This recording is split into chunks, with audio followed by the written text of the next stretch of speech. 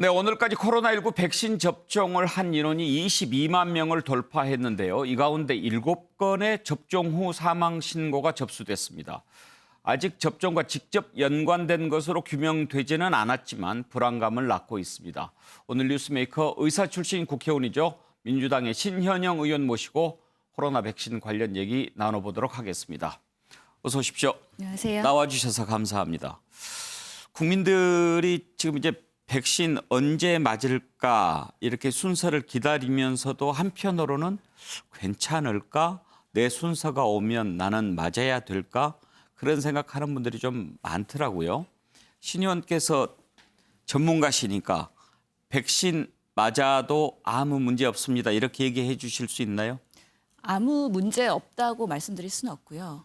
모든 백신이라는 거는 항상 작용이 있으면 또 우리가 예측하지 못했던 이상 사례 반응도 있을 수 있습니다. 하지만 우리가 해외 사례를 보면서 그런 것들에 대한 경증 또는 중증에 대한 검증이 됐다. 그렇기 때문에 내가 맞아도 크게 오히려 득이 많지 위험은 아주 미미할 수 있다.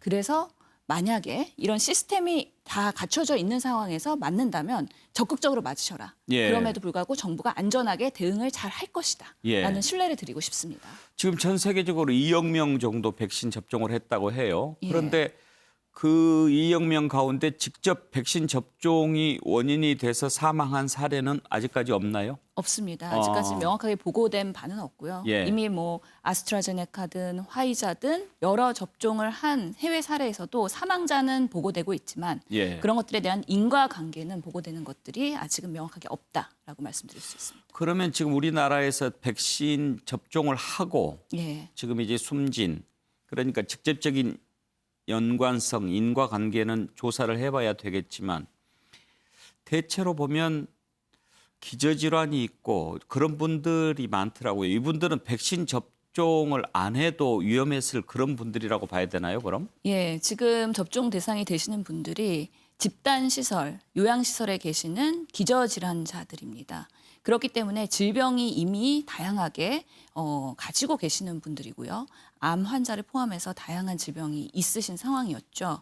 우리가 요양시설이나 집단시설에서는 일반적으로 사망 사례가 일일 보고가 되고 있는 만큼 이것이 백신 접종과의 연관성 이런 것들은 조금 더 봐야 되겠지만 지금까지 발생한 사례들을 보면 질병에 의한 사망의 가능성이 높다라고 예측은 되고 있는 상황입니다. 그러면 혹시 기저질환이 있는 분들은 접종을 안 하는 게 더 나을 수 있는 게 아닌가요? 그런 것들은 백신 접종할 때에 대한 가이드라인에서 담고 있는데요. 실제로 오히려 기저질환 있는 분들, 예를 들어서 호흡기 질환이 있거나 당뇨 질환이 있거나 이런 분들은 오히려 코로나 감염이 됐을 때 치명적일 수 있다.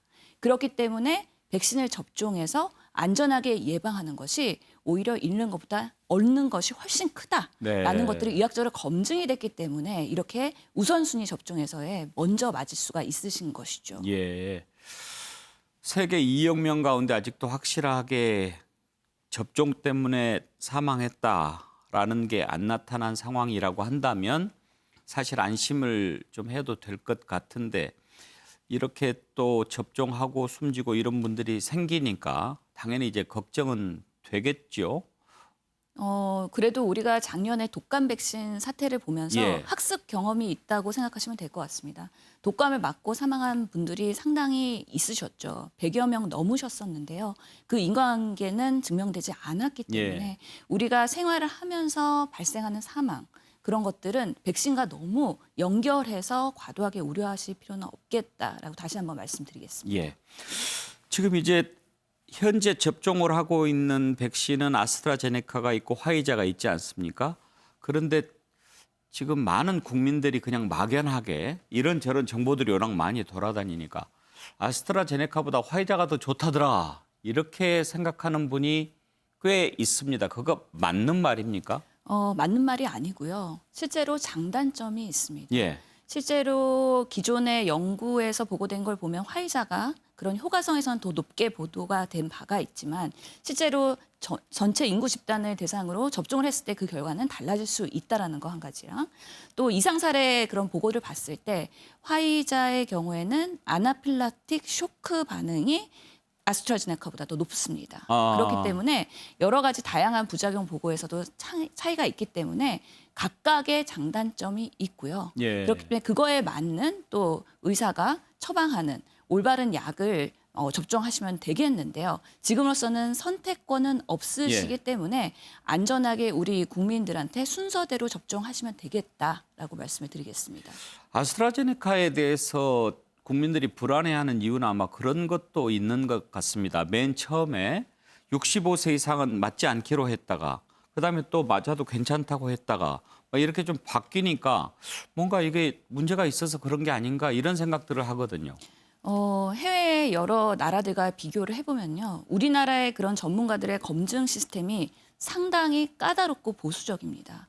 그렇기 때문에 아스트라제네카 고령자 접종에 대해서도 허용하는 국가도 있고 그렇지 않은 국가도 있는데요. 우리나라는 충분한 데이터가 쌓였을 때 확실하게 검증하고 그다음에 결정하자라는 유보적인 입장을 보였지만 얼마 전에 그 스코틀랜드 영국에서 그런 아스트라제네카 고령에도 효과가 높다라는 데이터가 발표가 됐습니다. 예. 그렇기 때문에 우리 정부에서도 이제는 빠르게 검증하고 있는 그런 착수 단계다라고 예. 그래서 앞으로는 그런 결과에 대해서도 국민한테 말씀드릴 기회가 있을 거다라고 말씀드렸습니다. 언제쯤 알 수 있게 될까요? 지금으로서는 그런 해외 사례 데이터가 조금 더 많이 보고가 돼야 되겠지만요. 예. 지금까지 나온 데이터로 봤을 때 매우 긍정적이다. 그렇기 때문에 가능하다면 고령자 접종도 우리가 빠르게 준비해야 된다라고 생각합니다. 문재인 대통령도 아스트라제네카 백신 접종할 계획이다 이런 보도가 나왔던데 문 대통령이 접종을 하면 국민들 불안감이 훨씬 좀 덜해지긴 하겠죠? 예, 아무래도 우리 문재인 대통령께서 상징적으로 예. 맞으시면서 그 결과에 대해서 국민들한테 보여주신다면 나도 믿고 맞을 수 있구나라는 신뢰감이 더 늘어날 것이라고 기대는 합니다. 맨 처음에 야당에서 1호 백신 접종하는 게 어떠냐 그런 얘기들을 하지 않았습니까? 1호 백신 맞으셨으면 어땠을까요? 모든 사실 이런 백신 접종에 대해서는요. 여러 가지 공방이 있을 수 있긴 한데 매우 저로서는 지양해야 되는 부분이다. 예. 왜냐하면 이런 보건의료의 부분에 있어서는 우선순위 그리고 의학적으로 근거 수준에 맞게 항상 우선순위가 있는 것인데요. 그러면서의 문재인 대통령은 1호 접종자보다는 오히려 순서를 지켜서 하는 것이 국민들한테 오히려 더 신뢰되는 모습이 보였을 수도 있다라는 판단하에서 그렇게 한 걸로 알고 있고요.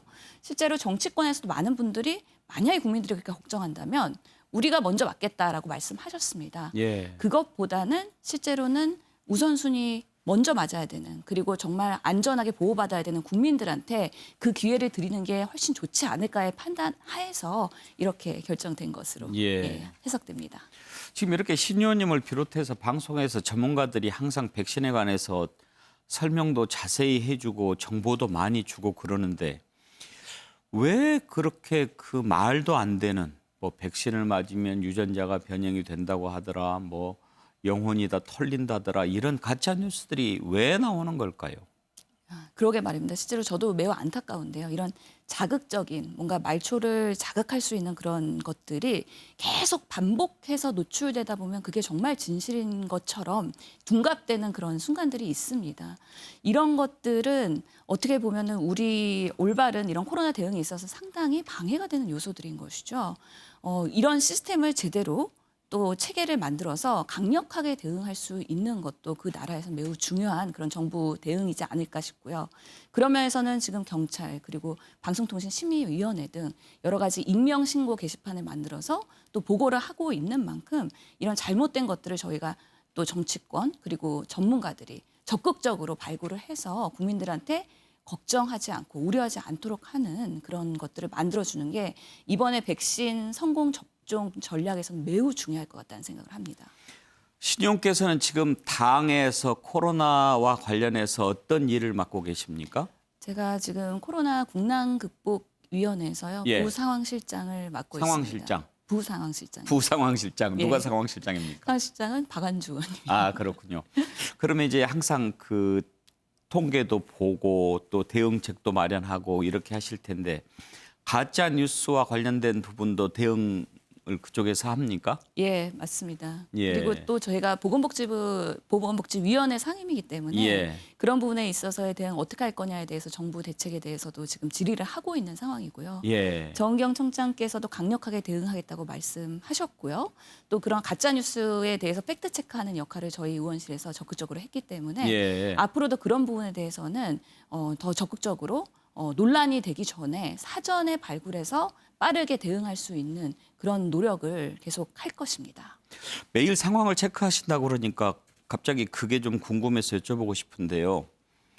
왜 이 300명, 400명 이 하루 확진자 수가 변하지 않고 계속 이렇게 지루하게 가는 건가요? 그전에는 뭐 이렇게 좀 지나면 200명, 100명 떨어지기도 하고 그랬는데 요즘에 거의 변하지 않거든요. 예, 맞습니다. 지금 거의 3, 400명대에서 정체 상태가 되고 있는 건데요.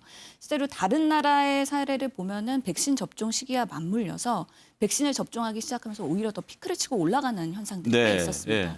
그 이유는 우리 국민들이 이제 백신 접종이 시작됐구나에 대한 마음의 안도감이 오히려 조금 더 해이해질 수 있는 부분이 있고요.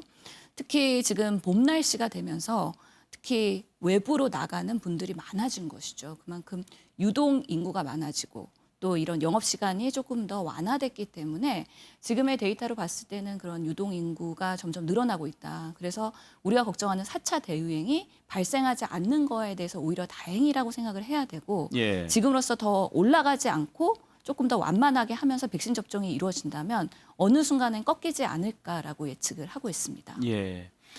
지금 코로나 국난 극복 위원으로서 보시기에 11월에 집단 면역이 형성되도록 하겠다라고 하는 방역 당국의 계획 차질 없이 진행될 거라고 보십니까? 지금으로서는 그렇게 되길 바라는 것이고요. 예. 예, 지금 진행되고 있는 그 20여 명의 접종 상태를 보면 우리 국민들이 그래도 적극적으로 신뢰하시고 의료진들도 적극적으로 맞고 계시고요. 또 여러 가지 이상 반응 부작용에 대해서도 정부가 투명하게 소통하고 있기 때문에 이런 정도라면 그래도 11월 달에는 모든 국민들이 1차 접종하는 거를 완료했으면 좋겠다라는 생각을 가지고서는 뛰고 있는 것입니다. 예. 가장 큰 문제는 현재까지 확보한 물량이 제때 제대로 들어올 수 있을까 하는 거거든요. 그 부분은 확실하게 우리가 믿을 수 있습니까?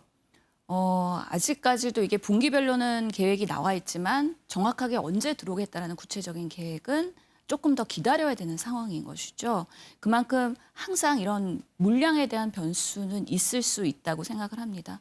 다만 우리나라에서 지금 위탁 생산하고 있는 아스트라제네카뿐만 아니라 노바백스 그리고 스푸트니크 백신 이런 것들이 러시아 수출용으로 거? 예, 예. 지금 개발이 되고 있는 그 생산이 되고 있는 것이죠. 예. 그런 것들에 대한 유리한 우리 국내의 지점이 있을 거라고 판단이 되고요.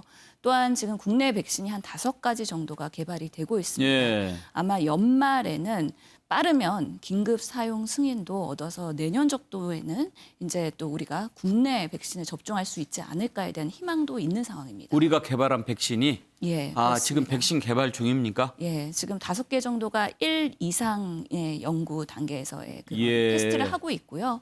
연말이 되면 3상에 진입하는 그런 백신이 나올 수가 있습니다. 그런 것들을 바탕으로 해서 긴급 사용 승인을 한다면 지금 올해 발생하는 변이 바이러스를 반영한 그런 백신들도 이제 진화해서 조금은 차후에는 더 고성능의 그런 백신도 만들 수 있지 않을까 하는 노력을 지금 기하고 있다고 말씀드리겠습니다. 반가운 소식입니다. 이제 코로나19가 올해로 끝나지 않고 내년에도 계속될 가능성도 있다고 하고 또 문제는 해마다 또 이런 게 생길 수도 있다고 하지 않습니까? 그런 점에서 좀 정치권에서 우리도 자체적으로 이제 백신을 개발할 수 있는 그런 힘을 좀 모아줄 필요가 있지 않나요? 예, 그렇기 때문에 저희 의원실에서도 계속 그 국산 치료제 그리고 백신 이런 것들의 개발에 대한 간담회를 꾸준히 하고 있고요. 예. 그러면서 2021년에는 예산 확보가 더 늘어난 부분도 있고 그런 개발 회사들의 어려움에 대해서도 충분히 듣고 있습니다. 좋은 그런 백신들이 나와서 내년에는 그리고 내후년에는 독감 백신처럼 예. 우리가 자체 그런 생산의 능력을 갖고 있다면 이제는 반복적으로 오는 바이러스에는 조금 더 유연하게 예. 자신감 있게 대응할 수 있는 그런 감염병에 강력한 국가가 되지 않을까 저는 생각합니다. 예, 우리도 좀 뭐 백신 충분하게 부족함이 없이 맞고 또 수출도 하고 그럴 수도 있는 거 아닙니까? 예, 맞습니다. 예. 그거에 맞게 저희 제도도 우리나라의 제도도 따라가야 되는데요. 그게 예. 바로 국회의 역할입니다. 예산뿐만 아니라 그런 빠르게 개발할 수 있는 여러 가지 단계에서의 그런 현실화할 수 있는 방안 예. 그리고 개발된 회사에 대한 여러 가지 또 적극적인 지원 이런 책들에 대해서 국회도 계속 소통을 하면서 만들어 나가야 된다고 생각합니다. 예. 의사 출신 전문가시니까 국회에서 그런 일 더 좀 하실 일이 많으시겠습니다. 예, 그래서 코로나 시기에 국회에 들어와서 예. 정말 보건의료 정책이 우리 국가의 안보에서 너무 중요한 사안이 됐기 때문에 예. 그런 역할을 꾸준히 하면서 국민들이 너무 우려하시지 않도록 그리고 어떤 감염병이 오더라도 이제는 조금 더 우리가 더 많은 학습 경험을 가지고 더 나은 의료 시스템으로 대응할 수 있도록 하는 체제를 구축하는데 노력을 할 것입니다. 네. 오늘 말씀 감사합니다. 예. 감사합니다. 예. 의사 출신 민주당 신현영 의원과 코로나 백신 관련 얘기 나눠봤습니다.